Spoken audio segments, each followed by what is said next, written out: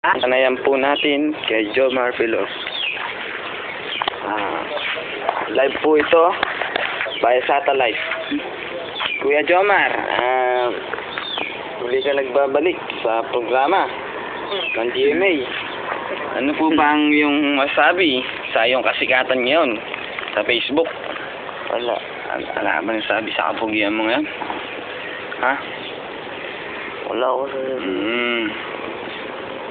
anong paborito mo palang pagkain sa lahat na natikman mo? Prutas, baga, ganun. Salita ka naman po. Papanis pong laway natin. Anong gusto mong, sige, ibay na lang po natin. Anong pinaka-paborito mong laro?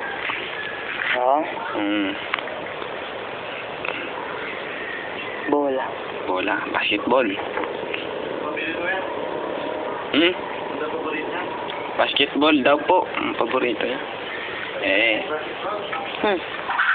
Sa tira po sa basketball, ano po ang paborito niyong pwesto? Play point, lay up, ang mga ganun style. Lahat. Sagasa, ganun, no? Mahusay po ba kayo mag-dribble? Bulander po kayo, ano?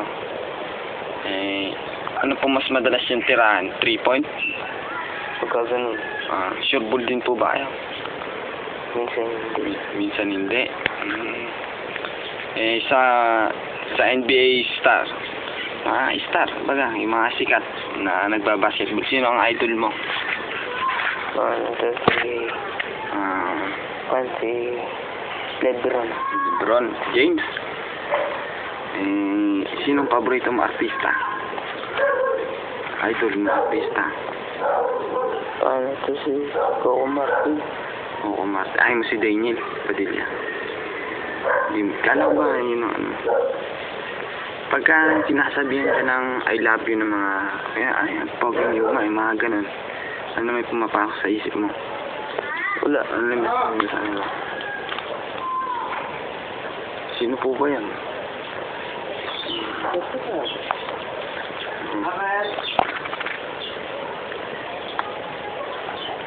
Kuya, bumalik ka po sa kakausap pa rin po kita. At yan po